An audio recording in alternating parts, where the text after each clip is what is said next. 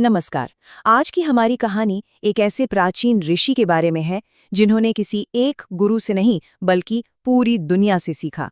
जी हाँ, आज हम दत्तात्रेय की इस अनोखी यात्रा को समझने वाले हैं। अच्छा, जरा सोच कर देखिए, क्या हो अगर जीवन की सबसे बड़ी सीख पाने के लिए हमारे पास एक नहीं, दो नहीं, बल्कि पूरे 24 गुरु हों।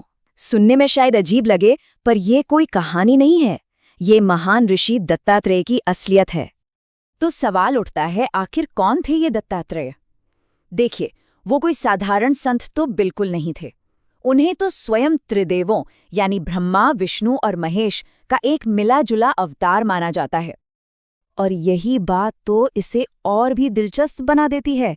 सोचिए जरा, सृष्टि, पालन और विनाश, ये तीनों ही ब्रह्मांड की सबसे बड़ी शक्तियां हैं, और ये तीनों एक ही स्वरूप में मौजूद थीं।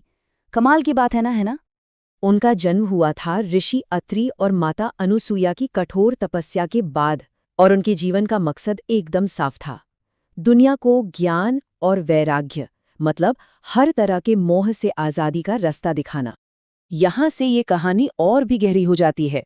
दत्तात्रेय की सबसे अनोखी फिलॉसफी ये थी कि उनके लिए कोई एक गुरु नहीं था, बल्कि ये पूरी की पूरी दुनिया ही उनकी गुरु थी।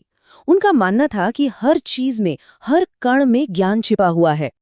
जैसे उन्होंने धरती से सीखा सब्र रखना, हवा से सीखा कि कैसे बिना रुके, बिना किसी से बंधे आगे बढ़ते रहना है, समंदर से सीखा अपनी सीमाओं में रहना। लेकिन उनके गुरुओं की लिस्ट में एक नाम ऐसा है जो सबको चौंका देता है, पिंगला, जो एक नर्तकी थी। अब सोचिए, एक नर्तकी ने एक इतने बड़े ऋषि को आखिर क्या सिखाया होगा। पिंगला की इस कहानी में इच्छा, उम्मीद और असली शांति का एक बहुत ही गहरा राज छिपा है। हुआ यूं कि पिंगला पूरी रात अपने ग्राहक का इंतजार करती रही, लेकिन कोई नहीं आया। थक हारकर आखिरकार उसने वो उम्मीद ही छोड़ दी। और जानते हैं क्या हुआ? जैसे ही उस उम्मीद का बोझ उतरा, उसे एक ऐसी गहरी शांति मिली जो उसने पहले कभी महसूस नहीं की थी। दत्तात्रेय के लिए यही अनासक्ति का सबसे बड़ा पाठ था। मतलब असल में हमारी उम्मीदें ही हमें बांध कर रखती हैं, और उन्हें छोड़ देने में ही सच्ची आज़ादी है। तो ये जो बाहर की दुनिया से वो सीख रहे थे, उसका असली मकसद था अपने अंदर की शांति को पाना। और दत्तात्रेय का जो अवधूत रूप है ना, वो इसी बात का सिंबल है। एक ऐसा इंसान जो दुनिया के सारे रीति रिवाजों, सारे बंधनों से एकदम आज़ाद हो। तो दत्तात्रेय का मूल संदेश बहुत सीधा सा था।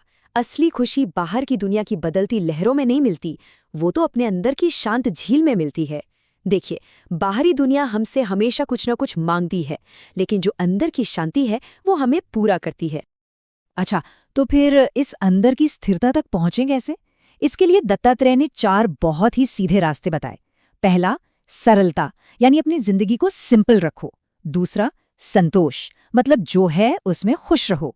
तीसरा, विवेक, यानी सही और गलत की समझ। और चौथा, करुणा, हर जीव के लिए दया का भाव। अब ये सारी बातें सुनने में हजारों साल पुरानी लग सकती हैं, लेकिन सच तो ये है कि आज की इस भाग दौड़ वाली दुनिया में ये पहले से कहीं ज्यादा जरूरी हो गई हैं। उनका पूरा जीवन हमें एक ही बात सिखाता है कि सीखने की कोई उम्र या कोई सीमा नहीं होती। ज्ञान सिर्फ बड़ी बड़ी किताबों या किसी खास गुरु के पास नहीं है, ये तो हमारे चारों तरफ बिखरा पड़ा है। बस जरूरत है तो उसे देखने वाली एक नज़र की।